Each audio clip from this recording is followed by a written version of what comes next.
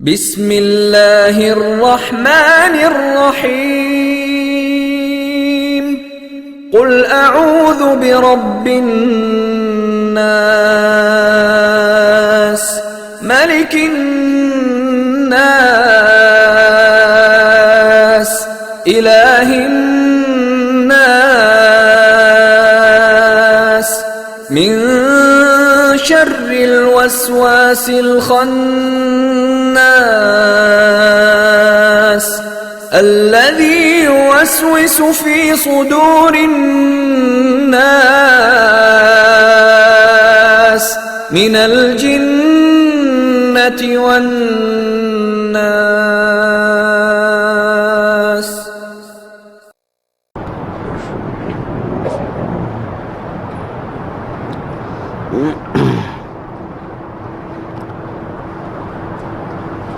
إن الحمد لله نحمده ونستعينه ونستغفره ونعوذ بالله من شرور أنفسنا ومن سيئات أعمالنا.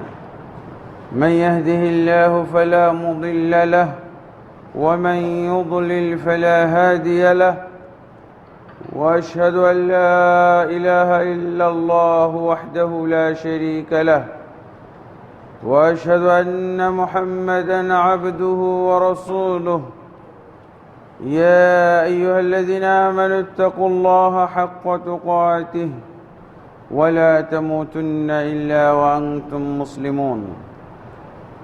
يا أيها الناس اتقوا ربكم الذي خلقكم من نفس واحدة وخلق منها زوجها وبث منهما رجالا كثيرا ونساء، واتقوا الله الذي تساءلون به والأرحام إن الله كان عليكم رقيبا.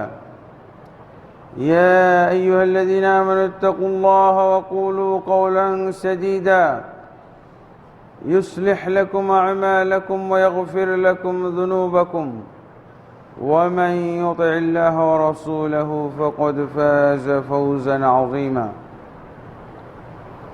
أما بعد، فإن خير الحديث كتاب الله، وخير الهدي هدي محمد صلى الله عليه وسلم، وشر الأمور محدثاتها، وكل محدثة بدعة، وكل بدعة ضلالة، وكل ضلالة في النار. أما بعد، فأعوذ بالله من الشيطان الرجيم. وما أرسلنا من رسول إلا ليطاع بإذن الله. وقال سبحانه: يا أيها الذين آمنوا أطيعوا الله وأطيعوا الرسول ولا تبطلوا أعمالكم. وقال سبحانه: اتبعوا ما أنزل إليكم من ربكم ولا تتبعوا من دونه أولياء قليلا ما تذكرون.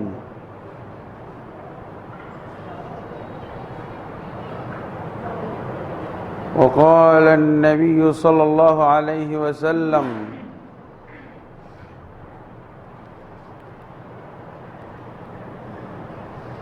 إنما العلماء ورثة الأنبياء وإنهم لم يورثوا دينارا ولا درهما، إنما ورثوا العلم فمن أخذه أخذ بحظ وافر.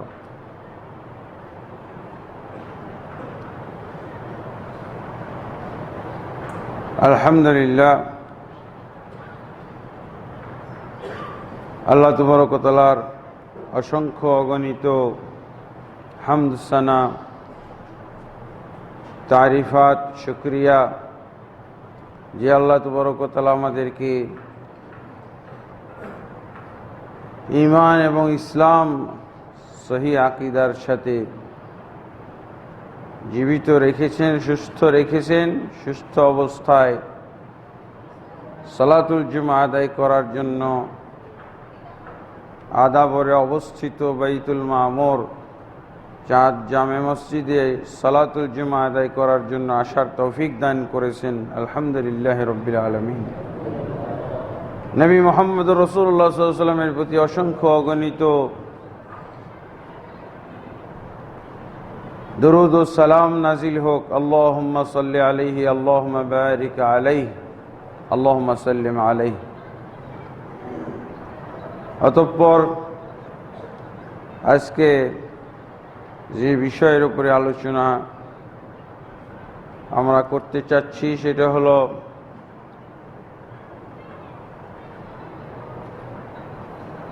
কোরআন এবং হাদিসের প্রতি আমলের জন্য বিভিন্ন ধরনের বাধা বা অন্তরায় কি কি রয়েছে, কি কি দেখা যায়, এই বিষয়ে আলোচনা করব ইনশাআল্লাহ। আল্লাহ তাবারক ওয়া তাআলা তো কোরআন নাজিল করেছেন, রাসূলুল্লাহ সাল্লাল্লাহু আলাইহি ওয়াসাল্লামের মাধ্যমে সুন্নাহ নাজিল করেছেন। কোরআন সুন্নাহ দুইটাই আল্লাহ তাবারক ওয়া তাআলা নাজিল করেছেন। মুসান্নাফ ইবনে আবি শায়বার মধ্যে একটি হাদিসও এসেছে, উকবা বিন আমির রাদিয়াল্লাহু থেকে বর্ণিত, কানা জিবরিল ইয়ানজিলু বিস-সুন্নতি কামা ইয়ানজিলু বিল-কুরআন। জিবরিল আলাইহিস সালাতু ওয়াস সালাম সুন্নাহ নিয়ে নাজিল হতেন যেভাবে কোরআন নিয়ে নাজিল হতেন। আর এই সুন্নাহর উৎস, সুন্নাহ নিয়ে নাজিল হওয়ার কারণ এই আয়াতটির ভিতরে খুঁজে পাওয়া যায়। আল্লাহ তাবারক ওয়া তাআলা নবী সাল্লাল্লাহু আলাইহি সাল্লাম সম্পর্কে বলছেন, ওয়া মা ইয়ানতিকু আনিল হাওয়া।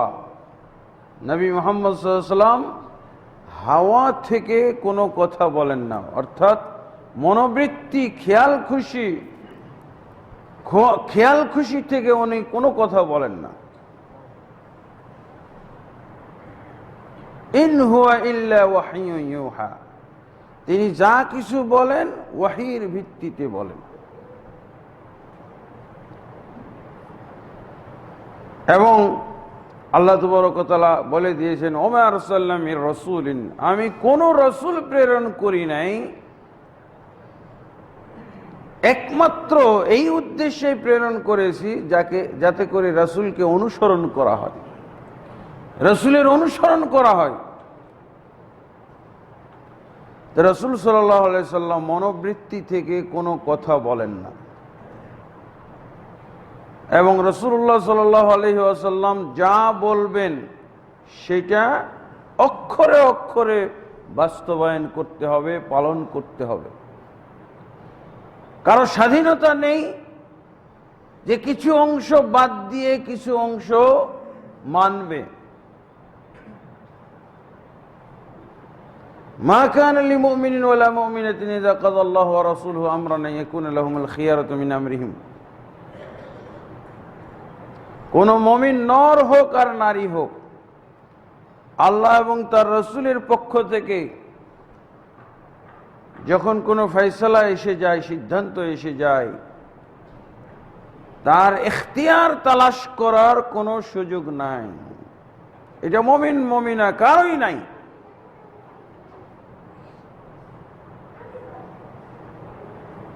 এই সমস্ত দলিলের মাধ্যমে বোঝা যায় যে কিতাবুল্লাহ এবং সুন্নতে রাসূলুল্লাহর সুন্নাহ, এটা পালনে কোনো কিছুই বাধা থাকতে পারে না, কেউ বাধা দেবার নাই। এবং মুসলিম বলতেই আমাদেরকে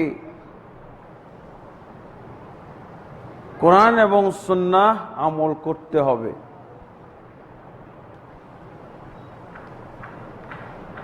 আল্লাহ তাবারক ওয়া তাআলা আরো বলছেন সূরা আরাফের 2 নম্বর আয়াত, ইত্তাবিউ মা উনজিলা আলাইকুম মির রাব্বিকুম,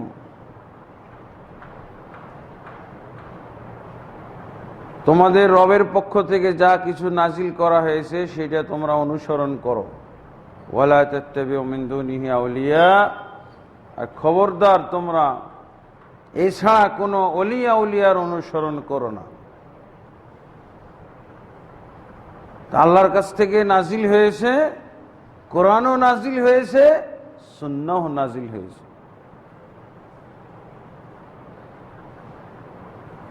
আর এর মধ্যেই আমাদের জন্য ইহকাল এবং পরকালের যাবতীয় সফলতা এবং কল্যাণ নিহিত রয়েছে।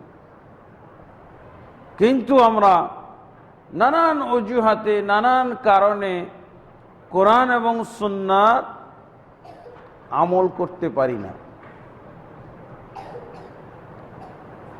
অথবা দেখা যায় যে কোরআন সুন্নার বিপরীত আমল করে থাকি। এগুলো নানান ধরনের কারণ পাওয়া যায়।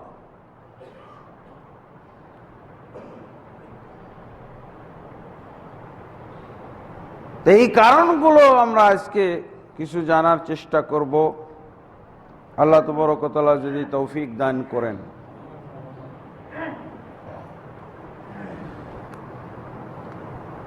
তার মধ্যে আমরা কিছু কারণ জানি, সেটা হলো হাওয়া,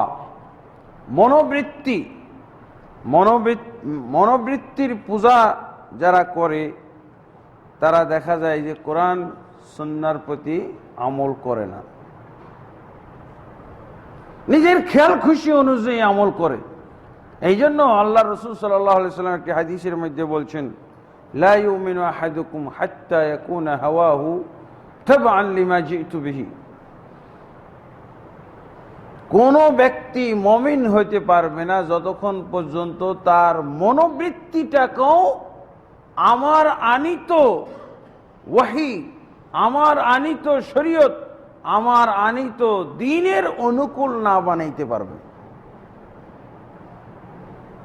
তাহলে দেখেন, মনোবৃত্তিকে মুসলমান বানাইতে হবে। মনোবৃত্তি আমরা দেখতে পাই, কারো ইচ্ছা শক্তি, কারো চিন্তা ভাবনা, কারো পরিকল্পনা, কল্পনা, এগুলোকে দেখা যায় নাকি? এগুলো তো সব ভিতরে থাকে, এগুলো তো অন্তরে থাকে, অন্তরের ব্যাপার। কিন্তু আল্লাহ রাসূল সাল্লাল্লাহু আলাইহি ওয়াসাল্লাম কি বলছেন? ইমাম নববী রহমতুল্লাহ আলাইহি এই হাদিসটিকে সহিহ বলেছেন, কিন্তু অনেকে এর সনদে দুর্বলতা পেয়েছেন।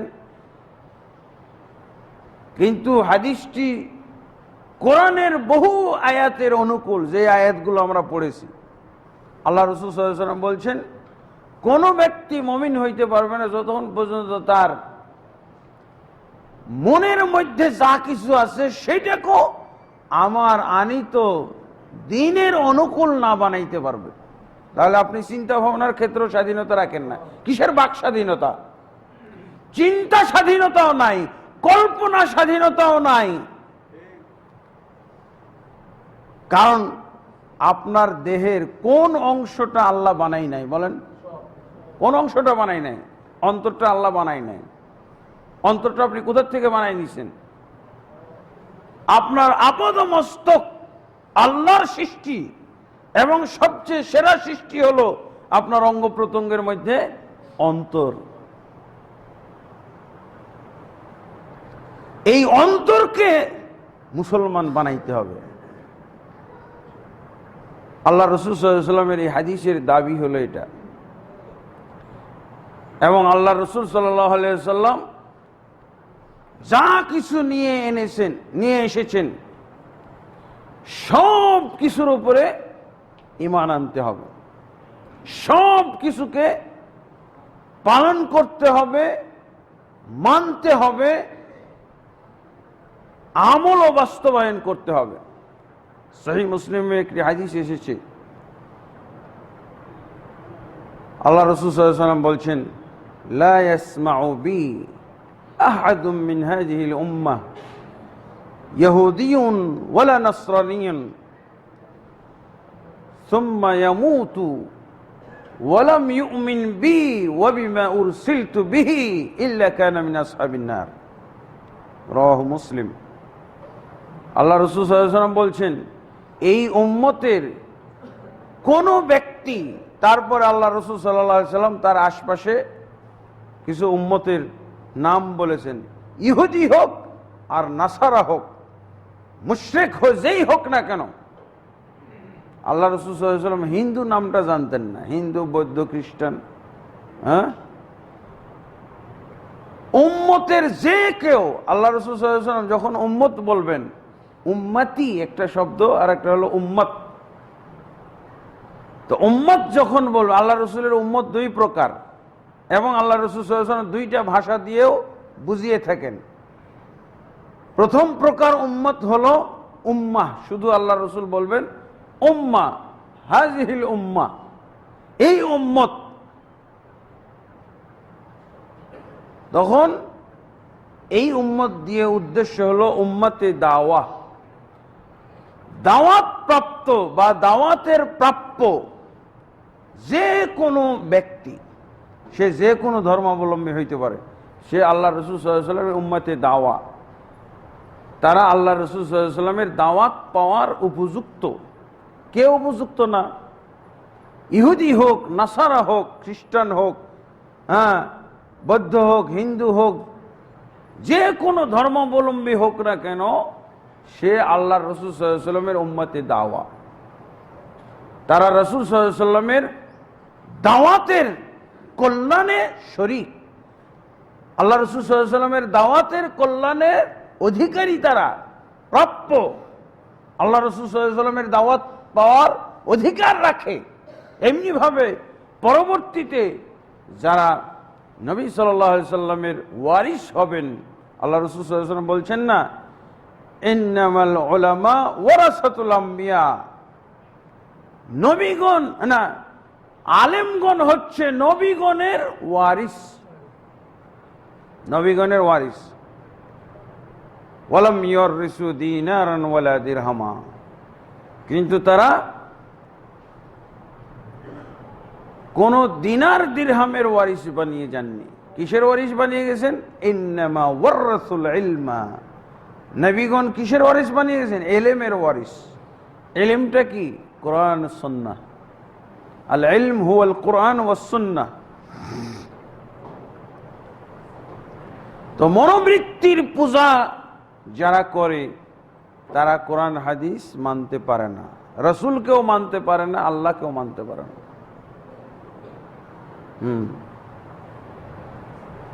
এই মনোবৃত্তিটা হলো সবচেয়ে বড় বাধা। মনোবৃত্তি, এই জন্য মনোবৃত্তিটা হলো সবচেয়ে বড় কোরআন মানতে বাধা এবং রাসূল সাল্লাল্লাহু আলাইহি ওয়াসাল্লামের হাদিস মানতে বাধা। আর শুধু এই উম্মতের না, সকল উম্মতের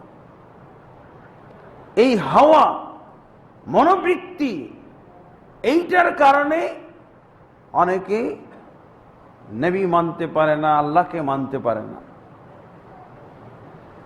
যেমন ইহুদি এবং নাসারারা চিনত,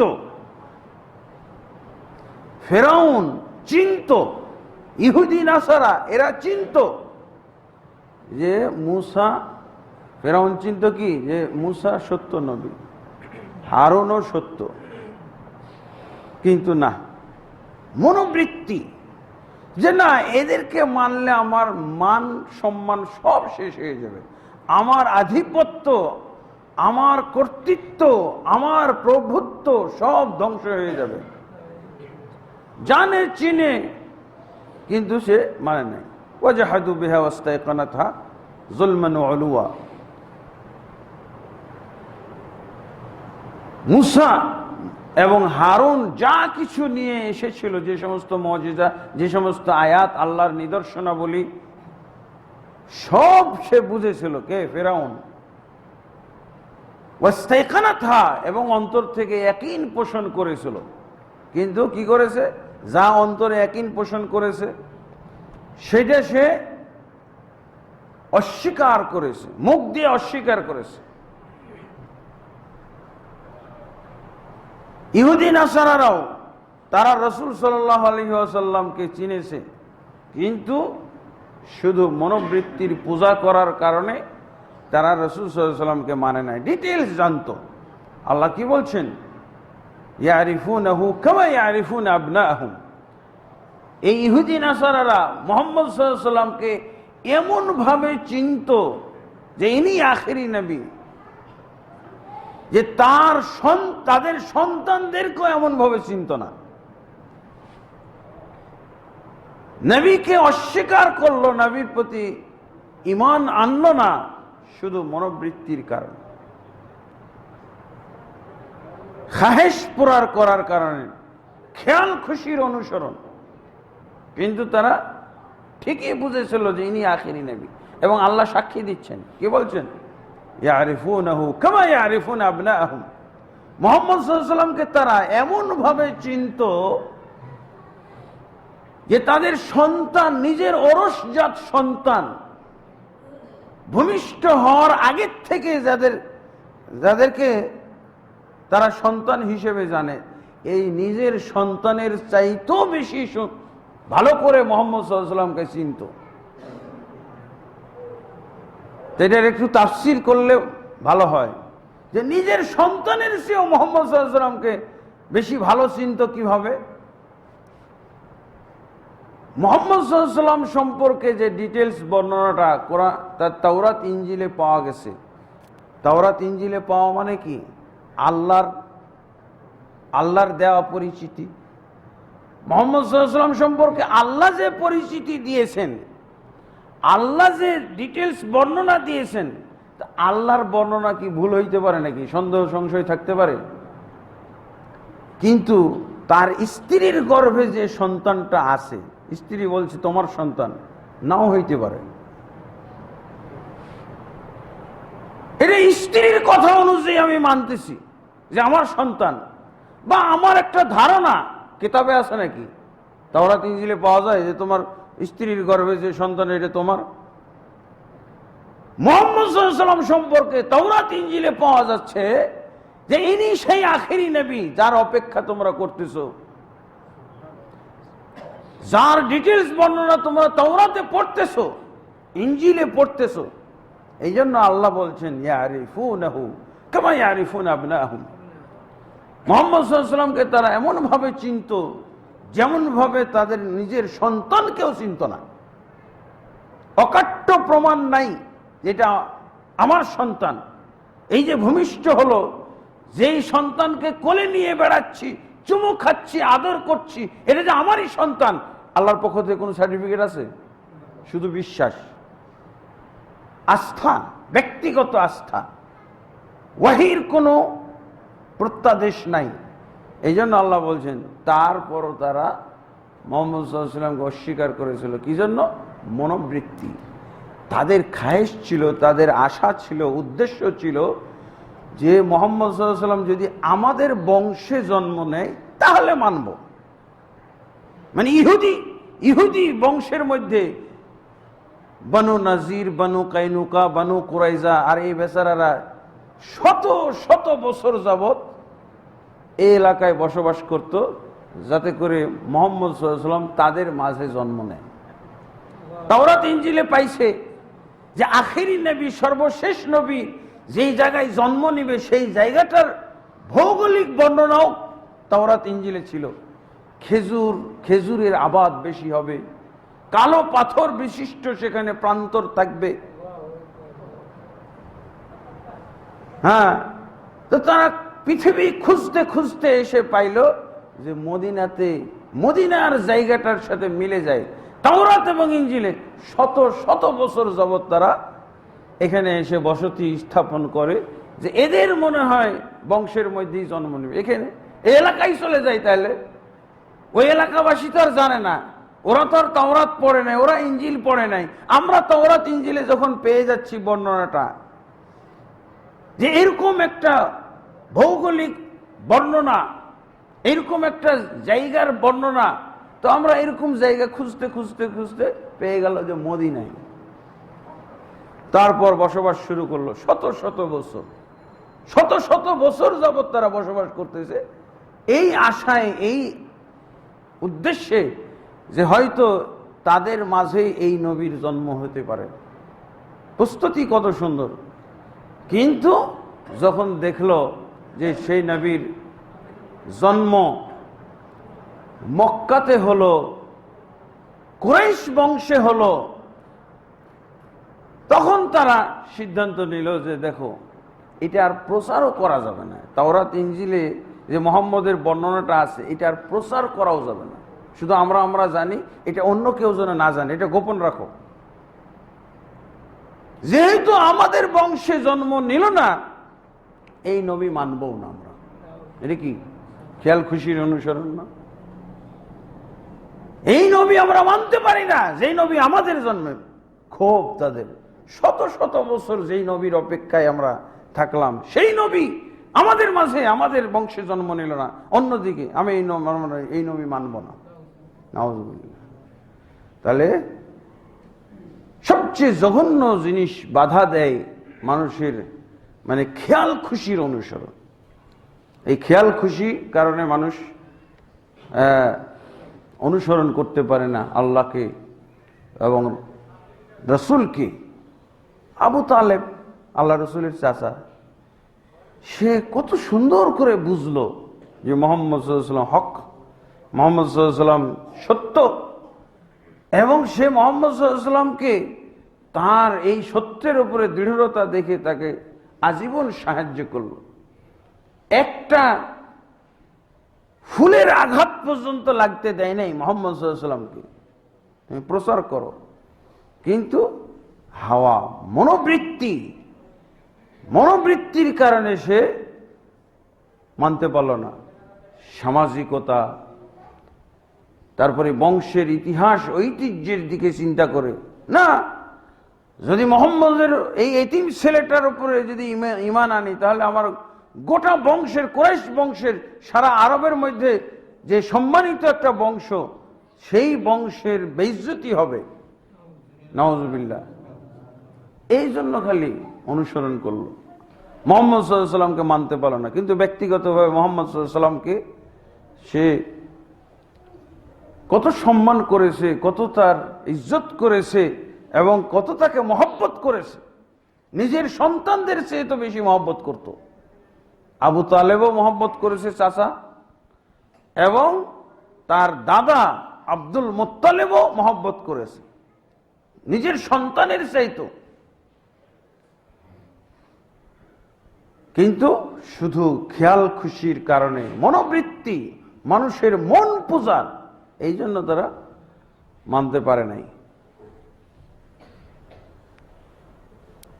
ইহুদি নাসারা পরবর্তীতে রাসূলুল্লাহ সাল্লাল্লাহু আলাইহি ওয়াসাল্লামের যুগে এরা বিরোধিতা করেছে, এবং এইভাবে সিলসিলা চলে আসতেছে একটার পর একটা।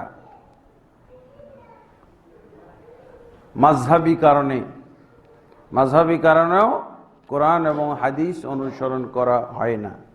এমন অনেককে দেখা যাবে যে যারা, এই যে দেখেন মাদ্রাসাগুলোতে তো কোরআন হাদিসের সিলেবাসটাকে এমন দুর্বল করে রেখেছে, একেবারে লাস্টের বছর কোরআন হাদিস আমল, আর কোরআন হাদিস আমলের জন্য নয়, কোরআন হাদিস বাস্তবায়নের জন্য নয়, কোরআন হাদিসের এই যে একটা, কোরআন হাদিসের ক্ষেত্রে যে এই চিন্তাটা, এই যে মন মানসিকতাটা, এটা কত অন্যায় মন মানসিকতা, চিন্তাধারা। বলছে কোরআন হাদিস আমাদের অনুসরণ করার জন্য নয়, কোরআন হাদিস আমলের জন্য নয়, কোরআন হাদিস হলো বরকতের জন্য। কোরআন হাদিস কিসের জন্য? বরকতের জন্য। আপনি একটা মাদ্রাসায় ছুটে যান, একটা যে কোনো প্রতিষ্ঠানে ছুটে যান, মাযহাবী ভাইদের, আপনি একটা মাসলার জন্য যাবেন, একটা ফতোয়া লাগবে আমার মাসলা, আল্লাহর কসম একজনও সহিহ বুখারী নিয়ে দৌড়াদৌড়ি করবে না, একজন তাফসীর ইবনে কাসির নিয়ে দৌড়াদৌড়ি করবে না, কি খুঁজবে? হানাফি মাযহাবের গ্রন্থগুলো খোঁজো, ফতোয়া হিন্দিয়া, ফতোয়া শামিয়া, ফতোয়া ইস্ত্রিয়া, কোরআন হাদিস। কোরআন হাদিস যেন ব্যর্থ। কোরআন হাদিস তাহলে অনুসরণ করবে কেন? এই জন্য নাম রেখে কোরআন হাদিস পড়ার ক্লাসের নাম হলো দাওরা হাদিস। দাওরা মানে চোখ বোলানো, দাওরা মানে ফিরানো, দৌড়, দৌড় মানে ফিরা, খালি চোখ বুলিয়ে চলে যাবে।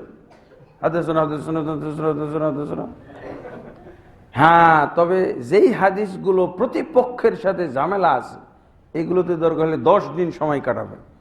রফুল আদাইনের হাদিস পাওয়া গেছে, হ্যাঁ হ্যাঁ হ্যাঁ, থামো তোমাকে এখানে একটু দাঁড়াও। রফুল আদাইন সহিহ বুখারীতে পাওয়া গেল, কি করবে ছাত্ররা? এখানে বাধ্যতামূলক স্টপ করাই দেয়, এখানে দাঁড়াইতে হবে। সহিহ বুখারীর এই হাদিসের রদ, সহিহ বুখারীর রফুল আদাইনের রদ কি? 22টা রদ। কয়টা রদ? হাদিস প্রত্যাখ্যান। হাদিস প্রত্যাখ্যান কয়ভাবে করা যায়? এই হাদিসটা 22 ভাবে। এই হাদিসের খণ্ডন, হাদিসের খণ্ডন হলো 22টি খণ্ডন। বাস এই হাদিস হয়ে গেল শাইখুল হাদিস। কারণ রফুল আদাইনের হাদিসের এতগুলো খণ্ডন, এতগুলো রদ, প্রত্যাখ্যান। রদ মানে প্রত্যাখ্যান, আরবিতে বলা রদ। হ্যাঁ, রদ করতে হবে। এই জন্য উনি শাইখুল হাদিস। কেন? একজন সহিহ বুখারীর, ইদানিং একজন সহিহ বুখারীর ব্যাখ্যা গ্রন্থ লিখেছে 32 খণ্ড। এখানে সহিহ বুখারীর হয়তো 90%, 10% ঠিক রাখা হয়েছে, 90% বিকৃত করে দেওয়া হয়েছে। 90, এটা সহিহ বুখারী। মানে এই ব্যাখ্যা গ্রন্থ কেউ পড়লে এটা আর সহিহ বুখারী পড়লে যে আমল হয়তো, এই আমল হবে না। কি হবে? সহিহ বুখারীর একেবারে গতির পাল্টাই দিছে। 90% এই গ্রন্থটা পড়লে 90% পাঠক ইমাম বুখারীকে গালি দিবে, ইমাম বুখারীর বিরোধী হয়ে যাবে, সহিহ হাদিসে সহিহ বুখারীর বিরোধী হয়ে যাবে। এটা ব্যাখ্যা গ্রন্থ। হ্যাঁ, দাওরায়ে হাদিস, দাওরায়ে হাদিসের মাস্টার্সের মান। এই ক্লাসের কাহিনী কি? হাদিসের উপরে চোখ বোলানো। কেন চোখ বোলাইতে হবে? সব রসুলের কথা যদি পড়ায় তাহলে সব আছে। আবার ইদানিং খতমে বুখারীও হয়েছে, বুখারী খতম করে, সবিনা খতম, বুখারী সবিনা খতমকে বলা হয় খতমে বুখারী। খতমে বুখারী 2 ধরনের। একটা হলো ওই যে বাড়িতে রোগ ব্যাধি হয়েছে, বিপদ আপদ হয়েছে, এটা দিয়ে সব খতম করে দিয়ে আসবে। খতম মানে সমাপ্ত করবে, একবারে শুরু থেকে শেষ পর্যন্ত তেলাওয়াত করে, রিডিং পড়ে শেষ করে দিয়ে আসবে। এই কামে লাগে সহিহ বুখারী, এই কাজে লাগে। কি? বিপদ আপদ, বালা মুসিবত দূর হয়ে যাবে, নেকি হবে। এই জন্য সহিহ বুখারী, আমলের জন্য না। আমলের জন্য কি? বেহেশতি জোর। হ্যাঁ, বেহেশতি জোর। অথচ এইসব বইগুলো আপনি, এই ফতোয়ার বইগুলো একেবারে A to Z পড়বেন, 10 বার পড়বেন। বেহেশতি জোর আপনি 10 বার পড়বেন। কোরআনের সাথে আপনার কোনো সম্পর্ক হবে না, হাদিসের সাথে কোনো সম্পর্ক। আপনি আল্লাহকেও চিনবেন না, রসুলকে চিনবেন না। কাকে চিনবেন? আশরাফ আলী থানভী শুধু চিনবেন। উনি কত বড় ওলি আল্লাহ, উনি কত বড় হুজুর, উনি কত বড় পীর, এগুলো চিনবেন। আল্লাহও পাবেন না, রসুলকেও পাবেন না। কাকে চিনবেন? শুধু থানভী সাহেবকে চিনবেন, আর কিছু চিনার কোনো উপায় নেই। আল্লাহর একটা কোরআনের আয়াত থেকে মাসলা আপনি খুঁজে পাবেন না, রসুলের কোন হাদিস থেকে আপনি মাসলা খুঁজে পাবেন না। এক কোরআনের আল্লাহর সাথে আপনার পরিচয় হবে না, রাসূলের সাথে পরিচয় হবে, খালি রহমাতুল্লাহ আলাইহির সাথে পরিচয় হবে। কোন রহমাতুল্লাহ আলাইহি? এই সব কিতাবগুলো প্রায়।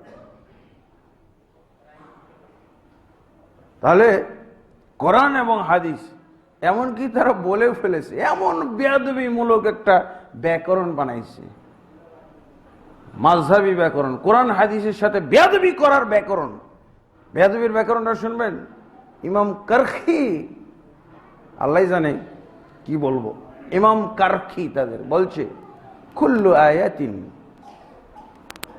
যে কোনো কোরআনের আয়াত পড়বে আর তরজমা শিখবে, যদি কোরআনের আয়াত আগে ওরা কি পড়ে, আগে ফিকহ পড়ে, আগে মাযহাবী কিতাবগুলো পড়ে নেয়। কেন?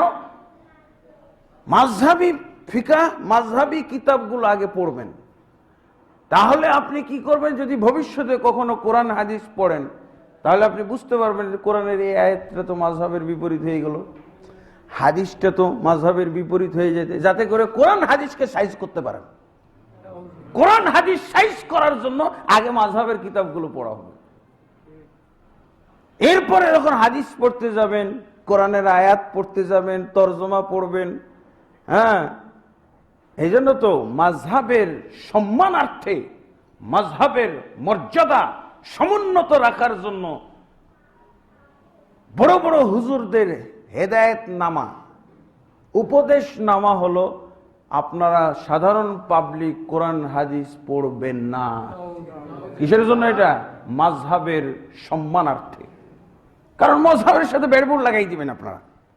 আপনি মাযহাবের সাথে কোরআন পড়তে গেলে বেড়বুড় লেগে যাবে, হাদিস পড়তে গেলে মাযহাবের সাথে বেড়বুড় লাগাই দিবেন। এই জন্য নিয়ম হলো যে সাধারণ পাবলিক, জেনারেল শিক্ষিত যারা, এরা কোরআন হাদিস পড়বে না, পড়লে গুমরা হয়ে যাবে।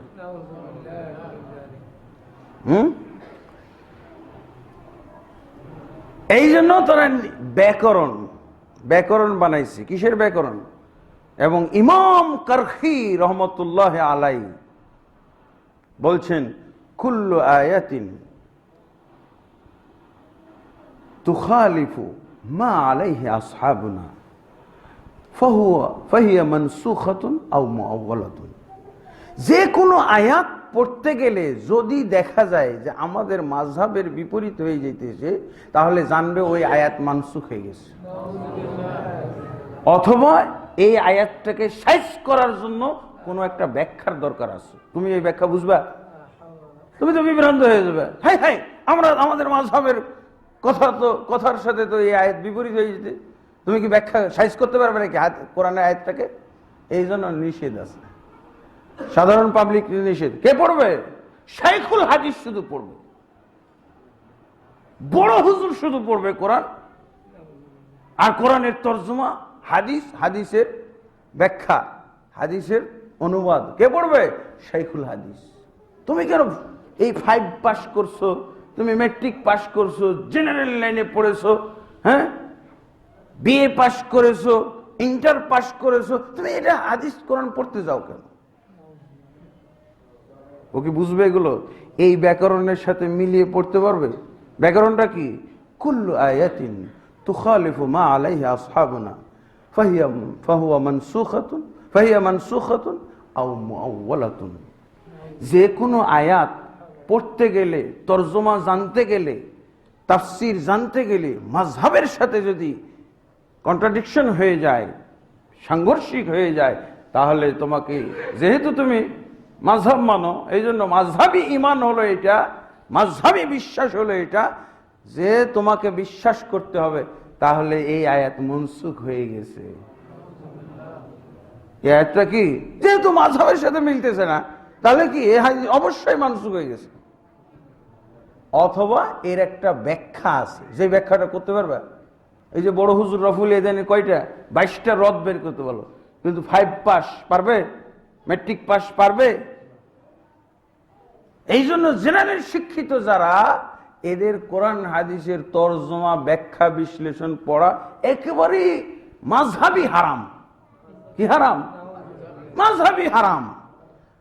ওরা তো হারাম বলে, নিষেধ বলে, আর আমি কি বললাম মাযহাবী নিষেধ। এটা মাযহাবী হারাম।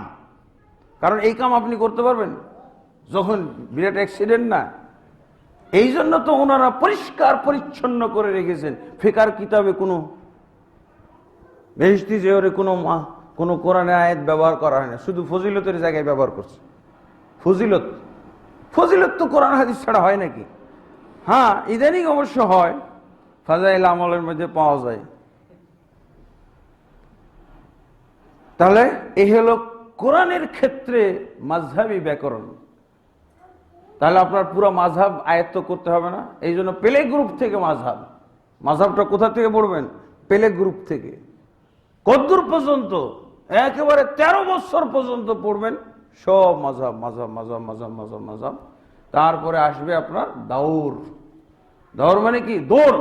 দৌড় বলতে পারেন আপনারা, দৌড়। বুঝেছেন? সৌদি আরবে এক লোককে ধরছে, তো পুলিশ বলছে এই তোমার হাত একামা দাও। তো বলছে একামা মাফি একামা। তো কি আছে তোমার কাছে? দৌড়। বলছে দৌড় আছে। ও বেটা মনে করছে দৌড় এটা আর একটা কোনো কাগজ ডকুমেন্ট হইতে পারে। তো বলছে তো ঠিক আছে, তাহলে দৌড় দেখাও।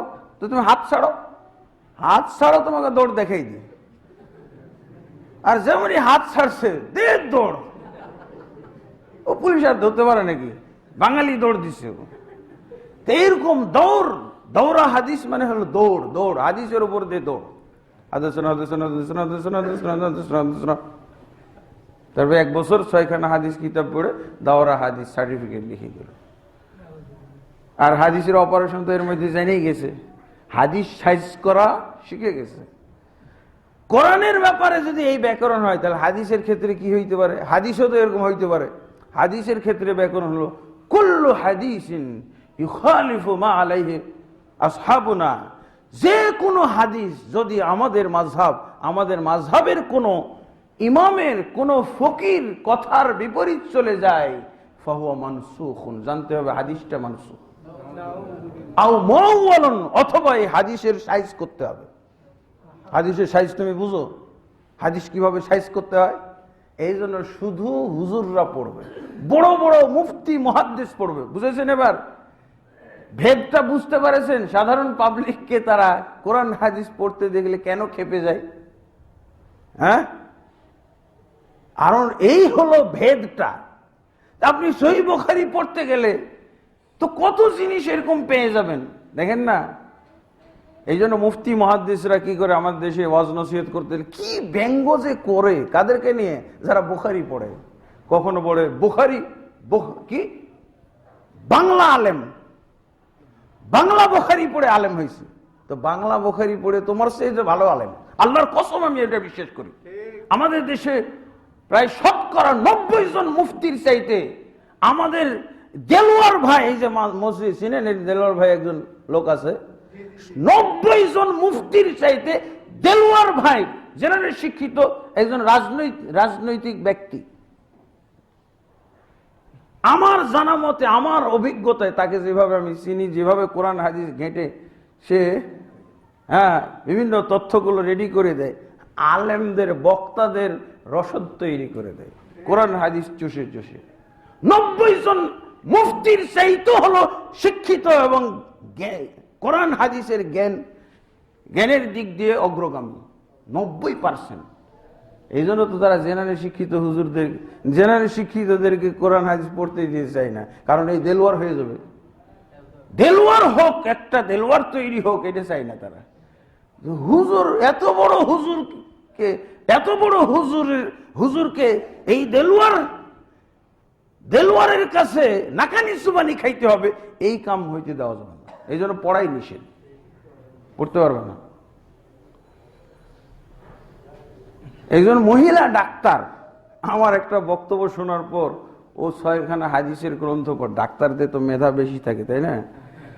এই জন্য তো আমাদের যারা বেশি মেধাবী ওদেরকে ডাক্তারি পড়তে দেয়, ইঞ্জিনিয়ারিং পড়তে দেয়, কম সমগুলো মাদ্রাসায় দেয়।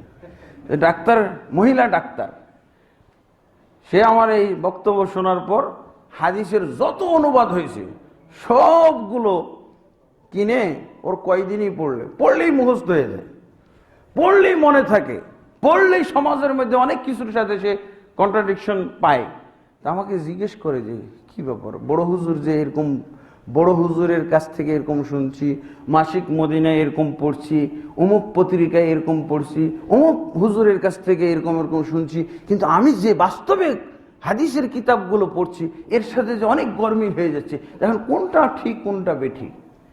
আমি তো ওই ডাক্তার মহিলাকে বলে দিয়েছি যে না, মুফতি সাহেবেরটা ভুল, একেবারে চোখ বন্ধ করে বলা যায় মুফতি সাহেব যা বলেছে এটা ভুল, খতিব সাহেব যা বলেছে এটা ভুল, আপনি সহিহ বুখারী যেটা পড়েছেন এটাই ঠিক।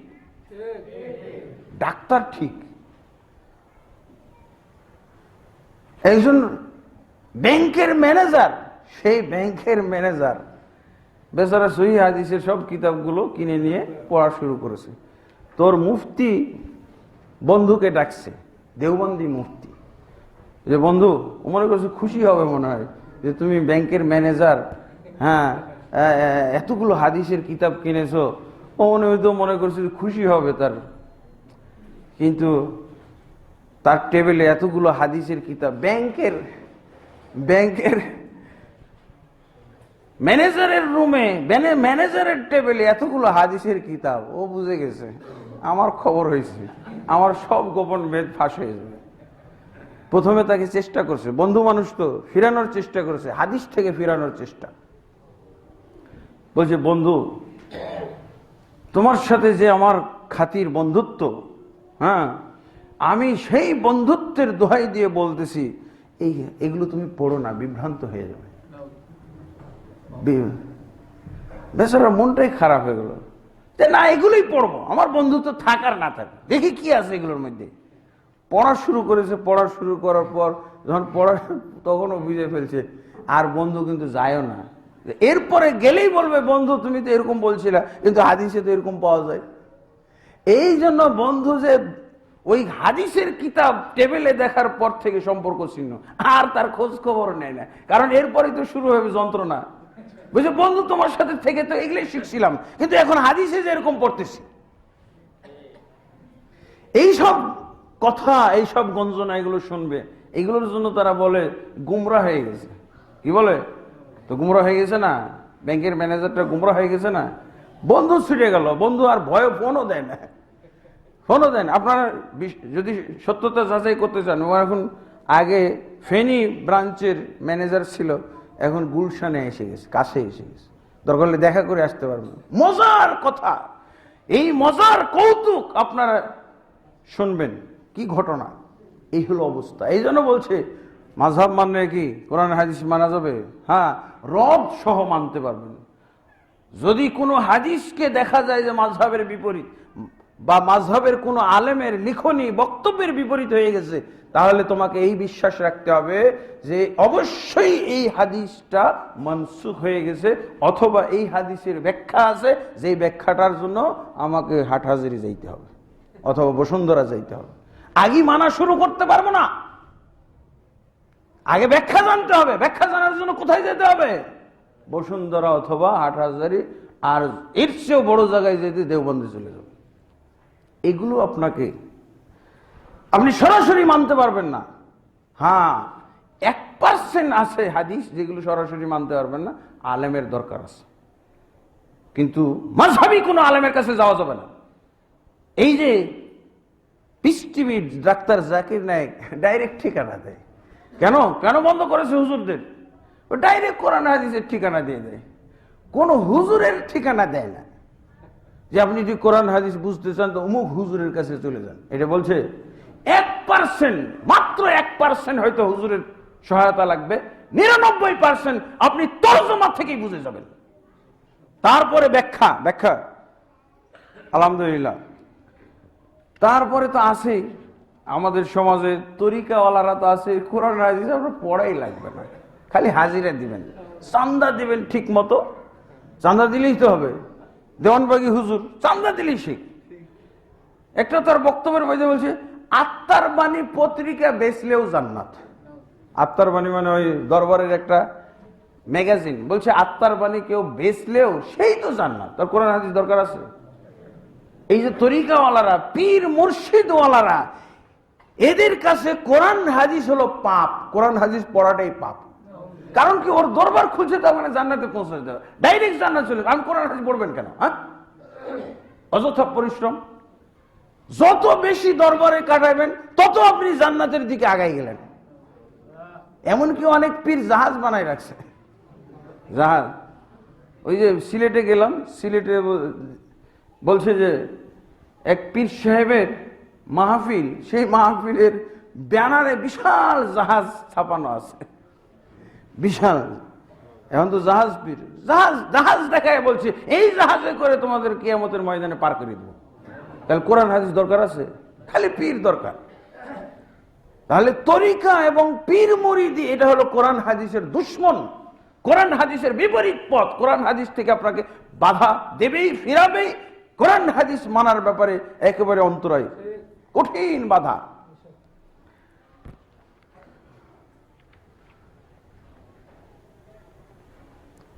আর বর্তমান যুগে দেখা যাচ্ছে যে কোরআন হাদিসের বাধা নয়, কোরআন হাদিসের জগৎকে সংকোচন করা হয়েছে। কোরআন হাদিসের লেটেস্ট যে আমাদের সমাজে চলে আসছে কোরআন হাদিস, এই যে দলাদলি, বিভিন্ন দলাদলি, সাংগঠনিক দলাদলি, এখানেও কিন্তু কোরআন হাদিস আপনি স্বাধীনভাবে পালন করতে পারেন না। হ্যাঁ, কোরআন হাদিসের এখানেও আপনার কোরআন হাদিস অ্যাপ্লাই, কোরআন হাদিসের বাস্তবায়নে এটা বাধা। আপনি যত বড় আলেম হন না কেন, যত বড় আপনি মুহাদ্দিস হন না কেন, মুফাসসির হন না কেন, আমার মসজিদে এসে কোরআন হাদিসের দাওয়াত, কোরআন হাদিসের তাবলীগ আপনি করতে পারেন না। কারণ কি, আপনার এটা হলো অমুক সংগঠনের মসজিদ, আপনি যতই কোরআনের পণ্ডিত হন, যতই হাদিসের পণ্ডিত হন, এই মেম্বরে পারবেন না। কারণ আপনার নাম নাই, সংগঠনে আপনার নাম নাই। হ্যাঁ, আপনি যত পণ্ডিতই হন না কেন, হাদিস মুখস্থ থাক, যত বড় হাদিস কোরআনের পণ্ডিত, তাফসিরের পণ্ডিত, মুফাসসির হন না কেন, আপনি কি শর্ত পূরণ করছেন? এই মসজিদে খুতবা দিতে হলে আপনাকে যে শর্ত পূরণ করতে হবে সেটা কি, এই মসজিদটা যেই সংগঠনের আন্ডারে, সেই সংগঠনের সার্টিফিকেট দেখান। হ্যাঁ, মদিনা ইউনিভার্সিটি সার্টিফিকেট তো আছে, বুঝলাম। কোরআন হাদিসও খুব ভালো, ইউটিউব ইন্টারনেটে ঘেটে দেখলাম যে ভালোই আপনি বক্তব্য রাখেন, কিন্তু সংগঠনের সার্টিফিকেটটা দেখান। আছে? কোরআন হাদিস মানার পিছনে বাধা না? লেটেস্ট বাধা, এটা হলো লেটেস্ট বাধা। কিছু কিছু মসজিদ আছে কিয়ামত কাল পর্যন্ত আকরামুজ্জামানের খুতবা দেওয়া নিষেধ, হারাম। কারণ আমি কখনো এগুলো ওই ফর্ম পূর্ণ করব না, ফর্ম নাই আমার। কোরআন হাদিসে বাধা না, আগের বাধাগুলোর চাইতে একটু ভালো বাধা নাকি? এটা উত্তম। এখানে কারা দিবে? যারা এই সংগঠনের নাম লেখা, তারপর এই সংগঠন ব্যাখ্যা বিশ্লেষণ, কোরআন হাদিসের ব্যাখ্যা বিশ্লেষণটা করবে, সাংগঠনিক ব্যাখ্যা হইতে হবে। কোরআনের ব্যাখ্যাটা কি? ওটা হলো মাযহাবী ব্যাখ্যা, আর এখন দিতে হবে কি?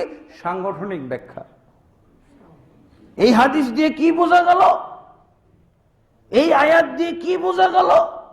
ওয়ালতাকুম মিনকুম উম্মাতুন ইয়াদউনা ইলাল খায়র ওয়া ইয়ামুরুনা বিল মারুফ। তোমাদের মধ্যে একটা উম্মত থাকতে হবে। এই যে বলো একটা উম্মত থাকতে হবে মানে কি? সংগঠন থাকতে হবে। এই জন্য আমরা এই আয়াত আমল করছি, আমরা একটা উম্মত গঠন করছি। এই উম্মতের হলো এইটা মসজিদ, আরো 50টা আছে, ওগুলো তো যাইতে পারবেন না। আরো লেটেস্ট বাধা হলো কোরআন এবং হাদিসের। ওখানে কি বলছিল? যে আয়াত আমাদের বিপরীত হয়ে যাবে সেই আয়াত মানসুখ অথবা ব্যাখ্যা করা লাগবে। আর এরা মানসুখ বলবে না, বলছে ব্যাখ্যা। আপনি কি সাংগঠনিক ব্যাখ্যাটা জানেন? এই আয়াত পড়বেন, ওয়াতাসিমু বিহাবলিল্লাহি জামিআন ওয়ালা তাফাররাকু। এই আয়াতের সাংগঠনিক ব্যাখ্যা জানেন আপনি? একটা হলো সাংগঠনিক ব্যাখ্যা, আর একটা হলো সহি ব্যাখ্যা। সাংগঠনিক ব্যাখ্যা মানে কি? এমন ব্যাখ্যা করবেন যাতে বাংলাদেশে যে কয়টা সংগঠন আছে সবগুলোর বৈধতা পাওয়া যায়। আর সহি ব্যাখ্যা, কোন সংগঠনের বৈধতা থাকবে না, মুসলমানদেরকে এক জামাতবদ্ধ হইতে বলছেন আল্লাহ। এই আয়াতের নির্দেশনা হলো এক জামাতবদ্ধ হইতে হবে, ওয়ালা তাফাররাকু, খবরদার দলে দলে বিভক্ত হয়ে যাবে না। আর সাংগঠনিক ব্যাখ্যা হলো যে আপনি যে কয়টা দল হয়েছে এই সবগুলো দলের যদি এমনভাবে ব্যাখ্যা দিবেন, তাফসীর করবেন, সবগুলোর জন্য বৈধতা আসে। হ্যাঁ, এরকম ব্যাখ্যা দিতে জানলে তাহলে আপনি এই মসজিদে খুতবা দিতে পারেন। আল্লাহ রাসূল সাল্লাল্লাহু আলাইহি ওয়াসাল্লামের যুগে কয়টা সংগঠন ছিল? আল্লাহ রাসূল সাল্লাল্লাহু আলাইহি ওয়াসাল্লামের যুগে কয়টা দল ছিল? এইরকম কি ব্যাখ্যা আলাদা আলাদা ছিল নাকি? তারপরও মুসলমানদের মাঝে যে সুসম্পর্ক থাকবে, এই সুসম্পর্ক রাখার ব্যাপারে প্রায় 30টা মতো কোরআনে আয়াত আছে। 30টা মতো কোরআনের আয়াত পাওয়া যায়। আমার হালকা জরিপে এই আয়াতগুলো একটাও আপনি আমল করতে পারবেন না এই সংগঠন সমর্থন করলেন। যেমন 2-1টা আয়াত আপনি আমল করতে পারেন কিনা দেখেন। আল্লাহ বলছেন,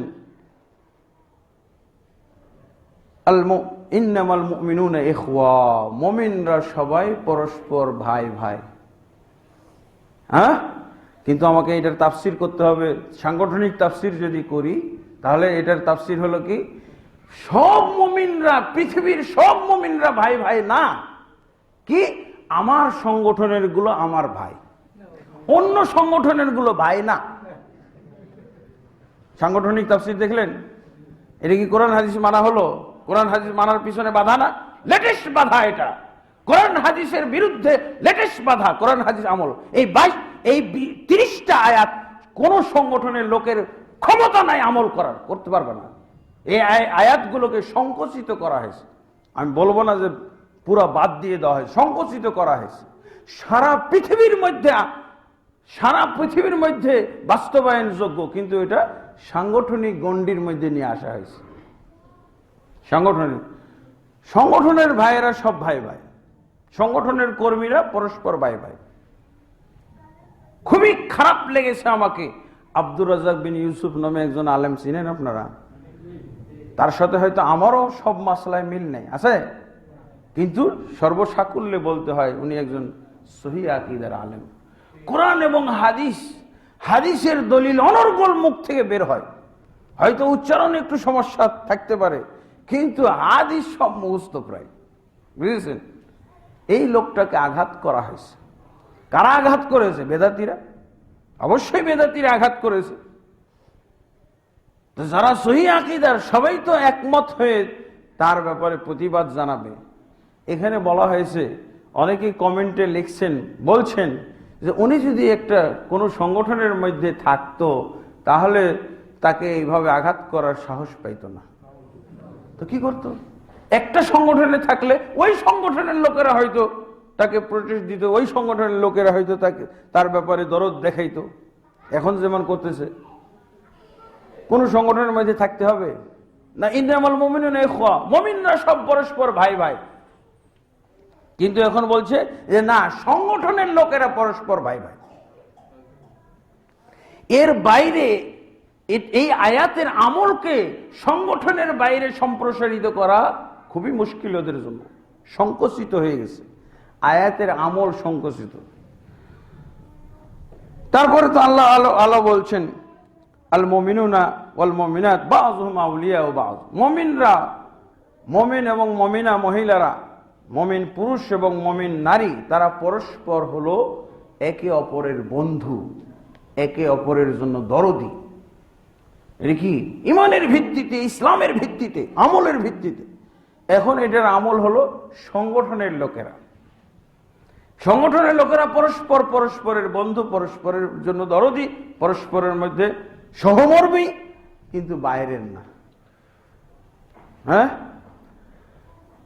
একটা সংগঠনের নেতা এক সময় গ্রেফতার হয়েছিল, তো অন্য সংগঠনের লোকেরা মিষ্টি বিলি করেছে। আহলে হাদিসের মধ্যে মিষ্টি বিতরণ করেছে। আর আমার ব্যাপারে দোয়া করেছে যে অমুক আমির সাহেবকে গ্রেপ্তার করা হয়েছে, তার শাস্তি সে পেয়েছে, তার শাস্তি হওয়া উচিত ছিল, শাস্তি পেয়ে গেছে। এখন যদি আকরামুজ্জামানকে গ্রেপ্তার করা হতো তাহলে ভালো হতো। এটা হইল ইন্নামাল মুমিনুনা ইখওয়ার আমল হলে আল মুমিনাত ওয়াল মুমিনাত বাযুহুম আউলিয়া ওয়া বায, এই আয়াতের আমল হলো আল্লাহ রাসূল সাল্লাল্লাহু আলাইহি ওয়াসাল্লাম কি বলছেন, আল মুমিনুনা ফি তাওয়াদ্দিহিম ওয়া তারাহুমিহিম ওয়া তাআতুফিহিম কামাসালি জাসাদিন ওয়াহিদ। সহিহ মুসলিম শরীফে হাদিস, আল্লাহ রাসূল সাল্লাল্লাহু আলাইহি ওয়াসাল্লাম বলছেন মুমিনরা পরস্পর সৌহার্দ্যের দিক থেকে, মমতার দিক থেকে, দয়ামায়ার দিক থেকে একটা বডির মতো। আমার যে কতগুলো অঙ্গ প্রত্যঙ্গ আছে, সব অঙ্গ প্রত্যঙ্গ মিলে একটা বডি না? আমি কি বলবো যে ভাই আপনার এই আঙ্গুলটা কেটে নেন, এই আঙ্গুলটা আমি দেখতে পারি না, এই কোনো আঙ্গুলটা, এই যে আঙ্গুলে একটু ঘা হয়েছে এটা আপনি কেটে নিয়ে যান, বলতে পারবো? আল্লাহ রসুল কিভাবে উদাহরণ দিচ্ছেন, গোটা পৃথিবীর উদাহরণ, সংগঠনের না, এটা ভুল। এই জন্যই সংগঠনকে বেদাত বলতে হবে, কারণ সংগঠন এগুলো শিখিয়েছে, সংকুচিত করে দিয়েছে, এই দলিলগুলো সংকুচিত করেছে। কোথার থেকে এর সিলসিলা?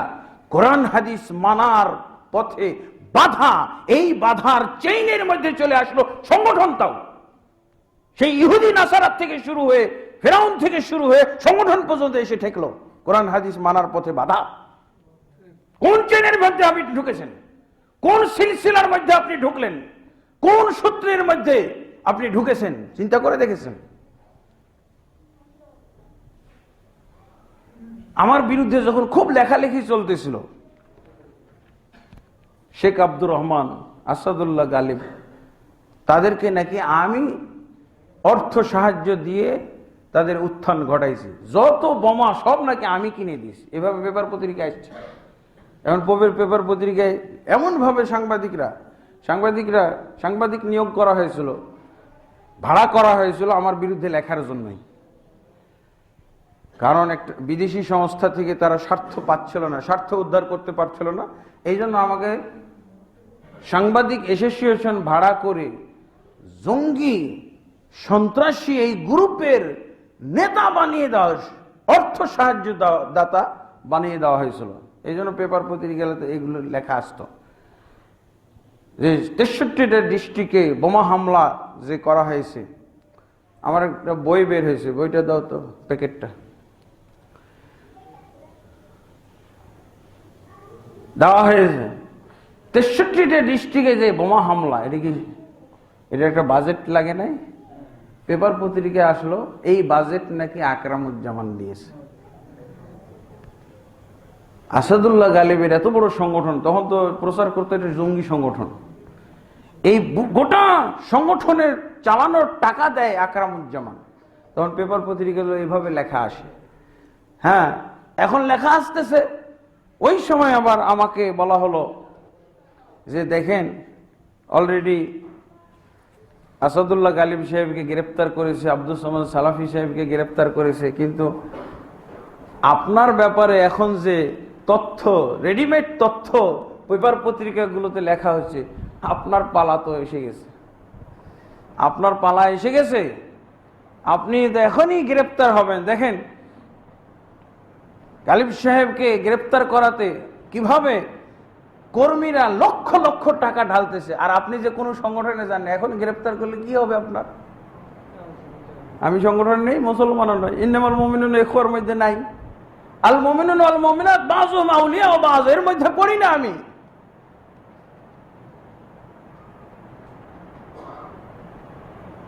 তারপরে এইগুলো আমাকে এসে দাওয়াত দেওয়া শুরু করলো, তাড়াতাড়ি সংগঠনে ঢুকেন, তাহলে গ্রেপ্তার হলে আপনাকে সাহায্য করা যাবে, আর যদি সংগঠনে না ঢুকেন তাহলে কোনো সাহায্য সহযোগিতা পাবেন না। হলো এটা? আল্লাহ রাসূল সাল্লাল্লাহু আলাইহি ওয়াসাল্লাম কি বলছেন? আল মুমিনু আখুল মুমিন, আল মুসলিমু আখুল মুসলিম লা ইয়াজলিমুহু। মুসলমান মুসলমানের ভাই ভাই, মুসলমানকে কখনো সে জুলুম করতে পারে না, জুলুমের জন্য আর অন্য কারো কাছে সমর্পণ করতে পারে না। আছে হাদিসে আছে না, এই হাদিস আমল করতে বাধা। বলছে আপনাকে তো সাহায্য করতে পারবো না, আপনার জন্য টাকা খরচ করতে পারবো না, কারণ আপনি সংগঠনে নাই, তাড়াতাড়ি ঢুকেন। বলছে না, আল্লাহ এই সংগঠনে না ঢুকলেও আল্লাহ আমাকে কি ব্যবস্থা করতে হবে এটা আল্লাহ জানে। আমাকে গ্রেপ্তার থেকেই যদি আল্লাহ রেহাই দিয়ে দেয়, তাহলে তো আপনার এত নেতা কর্মী, এত টাকা পয়সা চান্দা দিয়ে আমার পিছনে খরচ করার, আর এত গোটা সংগঠন লক্ষ লক্ষ মানুষের টেনশন আল্লাহ ফেলবেন না। যদি আমার এই অবস্থান আল্লাহ পছন্দ করেন, তাহলে তো অবশ্যই আমাকে গ্রেপ্তার থেকেই আল্লাহ রেহাই দিয়ে দিবেন। আছে না হাদিসের মধ্যে, সারা পৃথিবীর মানুষ যদি তোমার বিরুদ্ধে ষড়যন্ত্র করে, আর আল্লাহ যদি সেই ষড়যন্ত্রের ক্ষতি তোমার ভাগ্যে না লিখে থাকে, তাহলে সারা পৃথিবীর ষড়যন্ত্র ব্যর্থ করে দিবেন। আর সারা পৃথিবীর মানুষ যদি তোমার জন্য, তোমার পক্ষে চেষ্টা করে, কিন্তু তোমার যদি অকল্যাণ লেখা থাকে, কেউ ফিরাইতে পারবে না। এই হাদিসটা আমলযোগ্য না? আলহামদুলিল্লাহ। তো আমাকে গ্রেপ্তার করে নিয়ে যাওয়া হলো। আলহামদুলিল্লাহ, মাত্র 11 ঘন্টা ছিলাম। কল্পনাই করা যায় না, তাদেরকে যে বলছিলাম যে সংগঠন না করাই যদি আমার পছন্দ করেন আল্লাহ, তাহলে আল্লাহর কাছে সাহায্য করার মতো এর চেয়ে পাওয়ারফুল কোনো ব্যবস্থা থাকতে পারে। আলহামদুলিল্লাহ, আমাকে নিয়ে যাওয়া হলো। কল্পনাই করা যায় না। আইজির থেকে ফোন গেছে, মানে আইজির এক বন্ধু, আমারও বন্ধু, বুঝেছেন। সাথে সাথে উনি খবর দিয়েছেন, এবং উনি তখন থানায় ফোন দিয়ে দিয়েছেন যে আকরামুজ্জামান সাহেব নামে এক লোক গ্রেপ্তার করেছো, উনি যদি নির্দোষ হয় তাহলে নির্দোষ হলে হয়রানির শিকারের জন্য না হয়, উনি যদি দোষী সাব্যস্ত হয়ে থাকে তাহলে যথারীতি ব্যবস্থা গ্রহণ করবেন। আলহামদুলিল্লাহ, এক ফোনেই কাম ফায়সালা। এই সাহায্যটা যদি ওনারা পাইতেন, তাহলে 3-4 বছর জেলে থাকতে হইতো। কিন্তু আল্লাহ আমাকে, যেহেতু আমি বেশি অসহায়, আমার কোনো নাকি কর্মী নেই আমাকে সাহায্য করার মতো, সহযোগিতা, আর আমার জন্য টাকা পয়সা খরচ করার মতো কেউ নাই, আল্লাহ আমাকে টাকা পয়সা খরচ করতে দিলেন। এক ফোন দিয়ে কাম। শুধু তাই না, একজন মন্ত্রী একজন একে পাঠাই দিয়েছেন, কি বলে, কমিশনারকে, যাও তো আকরামুজ্জামান সাহেব কেন গ্রেপ্তার করছে। পরে ফোন নাম্বার নিয়ে দিছে কার কাছে, ওই তখন জিজ্ঞাসাবাদ চলছিল রাত 9টার দিকে থানায়। ওই সময় জিজ্ঞাসাবাদের রুমে ওই কমিশনার ঢুকে যেয়ে বলতেছেন যে অমুক দারোগাকে, বলছে আমি, যে এই যে আকরাম সাহেবের ব্যাপারে মন্ত্রী মহোদয় কি বলবে, এই যে ফোন নাম্বারটা আপনি ফোন করেন, এই ফোনে কল করে আপনি কি জিজ্ঞেস করতে চাই আপনি বলেন। ওই পুলিশেরা এখন কি বলতেছে, বলছে না না, মন্ত্রী মহোদয়কে ফোন দিব, আগে ওনাকে বাসায় পৌঁছায় আসি, আগে বাসায় পৌঁছে আসি, তারপরে ফোন দেব। কত পাওয়ারফুল সাহায্য। অসহায়, সংগঠনে নাই, সংগঠনের কর্মীরা শর্ত দিছে সাহেব গ্রেপ্তার অবশ্যই হইতে হবে আপনাকে, যেভাবে লেখালেখি আসতেছে, কিন্তু সাহায্য করার মতো কেউ নাই, কেউ টাকা পয়সা খরচ করবে, আগে সংগঠনে ঢুকে না, যেন আমি সংগঠনে ঢুকবো না, দেখি আল্লাহ এভাবে সাহায্য করেন, করছে। এই সাহায্যটা যদি ওনারা পাইতেন, তাহলে 3 বছর থাকতে হতো না, এক রাতেই চলে যেত। কুয়েত থেকেও আমাকে বলা হয়েছে তোমার বিরুদ্ধে যে ষড়যন্ত্র হচ্ছে, এটা হলো আসাদুল্লাহ গালেবের চাইতেও 100 গুণ পাওয়ারফুল। কুয়েত থেকে আমাকে বলছে তুমি তাড়াতাড়ি বাংলাদেশ থেকে পালাও। আমার বিন্দু মাত্র এতে কোনো ভয় আসে নাই, আতঙ্ক আসে নাই। আলহামদুলিল্লাহ, এমন পাওয়ারফুল আল্লাহ সাহায্য করলেন। এটা যদি গোটা সংগঠনের সবার বিরুদ্ধে সবাইকে বন্টন করে দেওয়া হতো, তাহলে তাদের জন্য যথেষ্ট হয়ে যেত। আলহামদুলিল্লাহ, এর নাম হলো আল্লাহর শক্তি, আল্লাহর কুদরত, আল্লাহর মহিমা। আল্লাহ তাবারক ওয়া তাআলা আমাদেরকে কোরআন এবং হাদিস বাধামুক্তভাবে কোনো অন্তরায় ছাড়া, শর্ত ছাড়াই পালন করার তৌফিক দান করুন। কোরআন এবং সুন্নাহ আমল করার তৌফিক দান করুন। আল্লাহুম্মা আমিন। আস্তাগফিরুল্লাহ লি ওয়া লাকুম লিসাইরিল মুসলিমিন ফাস্তাগফিরুহু ইন্নাহু হুয়াল গফুরুর রহিম।